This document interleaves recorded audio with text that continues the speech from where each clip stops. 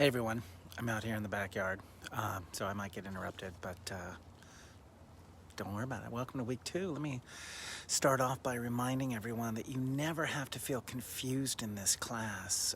You can text me Monday through Friday between 9 a.m. and 5. Text number is 541-250-1652. Oh, and I've got, that's probably backwards, I don't know. It's got my peer empowerment shirt on, and I have that on because there's a $250 stipend that students can earn by coming to our meetings, which are on Tuesdays at 2:30 in the Inform 220, the Equity Center. And that follows our poetry club, where we're also looking for a poet laureate, and that's a stipend of at least $1,500. So come for 1:30 Poetry Club, 2:30 Peer Empowerment Project. So this week we are stepping into something really important. And I want to take a few minutes and just let you know why we're watching Real Engine and why we're reading Indian Tales together. Now, we're just reading the first part, it's short. Don't worry about the extra work or anything. The key idea here is about representation, and that word gets used a lot. Sometimes it gets so often it can just feel vague or political or fuzzy. So let's just slow it down and make it clear. When we talk about cultural representation, we're talking about how a group of people is portrayed, imagined, or talked about in textbooks and art, and specifically we're asking who gets to tell a story, and from where, and from what knowledge or what assumptions, what power, because stories don't just entertain, they teach, they shape perceptions. Stories train us how we see other people and how we see ourselves, and you're gonna get that a lot in Real Engine. So listen, we often don't realize it's happening, and that's why this all matters, because for a long time, in the United States, Indigenous people were not represented by themselves. They were represented by others, right? Missionaries, anthropologists, Hollywood, novelists, historians, people who controlled all that, people with money. And we have to start thinking about who's in charge, who's got that money, who's shaping the way we see things. Because when one group controls the narrative about another group, the story almost always reflects the values and fears and fantasies and the blind spots of the people who are doing the storytelling about, that belong to other people. So it's not always malicious. Sometimes it's just ignorant. Sometimes they're trying to be romantic. Sometimes it's just convenient. And sometimes it's just lazy. But the fact is, and you've seen this, that the truth gets distorted. And we get terribly distorted images. That's what this week is about, okay? Over the decades, over the centuries, these ugly, wrong images can start to feel normal, and that's how stereotypes get power. That's how entire cultures get, obliterated, right? That's how important spiritual symbols become mascots. So let's talk about Real Engine. Real Engine is not just a documentary about movies. It's a documentary about how an entire culture has been falsified, imagined, right? For much of the 20th century, Hollywood created the Indian as a stock character, a savage, a noble primitive, silent tracker, violent obstacle. We've all seen it.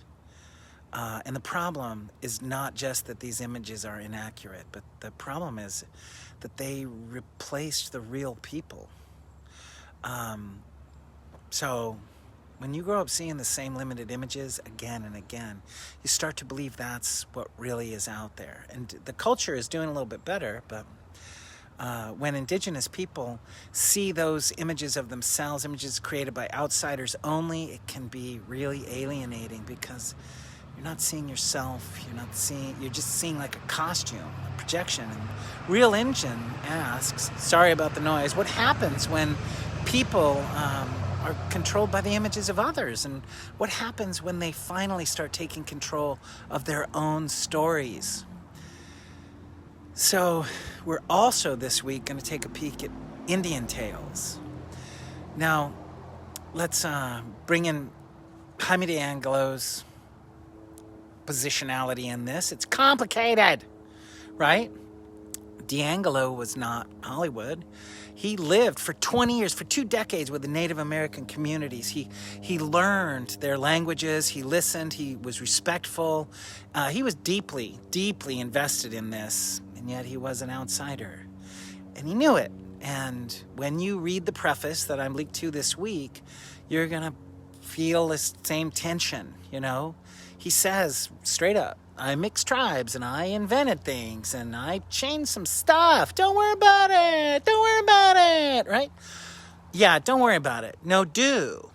Now, we're going to like that book, but that's why we're here in this course, is to start understanding what authenticity is, what's voice, what's representation. And we're reading a book by a non-native writer who openly admits he altered the material. That's what this week is about. Because this book, it sits right at the crossroads of some of the biggest questions in this course. What does it mean to translate, right? Can you ever fully step inside another culture? And where is the line between homage and appropriation? And what do we gain, right? What is lost? So D'Angelo's not trying to dominate the stories. He's not mocking them. He's not turning them into villains, but he's definitely, and you'll see, he's very skillful at it. I love these stories. My students tend to love them. So you're going to enjoy this, but that we just have to ask how it's happening, why, and what do we do with that? What's the effect of it? What is exactly what kind of literary and ethical thinking is going on here? We have to think. So I'm joining up Real Engine and Indian Tales so that we can sort of start to see these two very different modes of representation, right? This Hollywood's industrial, commercial, mass media, right? And D'Angelo, she's just smooth and intimate and personal. And they raise the same questions, right? Who gets to tell the story? Who is being seen? Who is being erased? What's accurate? What happens when one culture interprets another? And here's something important. It's not about catching somebody doing wrong right now. This isn't about moral grandstanding. It's not about hanging him or anything. This is just about peeking, learning how to see, right? Once we start to notice representation, it's easier. Everything gets easier. You start noticing who's speaking, who's silent, who's simplified, who's complex, who's human, who's a symbol, right? So that's cultural literacy. And we talk about power. If you remember, during week 1, we talked about worldviews, oral tradition, who gets to interpret, and how Eurocentric thinking has distorted indigenous perspectives. This week is where we see it happening with our ojos, right? Appropriation? No, I do speak Spanish, by the way. Anyway, it's all happening. We're going to learn about film. We're going to learn about this incredible book. And we're going to see how representation feels. Oh, here's my dog. Should I show him to you? Wesley, come. So, listen, as you're looking at things, ask yourself, does this representation feel respectful? Or do things just feel flat? I can't get my dog. So, there you are. Hey, puppy. Yeah, there he is. What? Is that a dog? He's jumping up. All right, listen. One of the things that I love most about teaching this course is watching students realize that litter is not just old stuff on a page. It's alive. It is political. It's spiritual, and it's intensely personal. And representation is one of the places where all this comes together.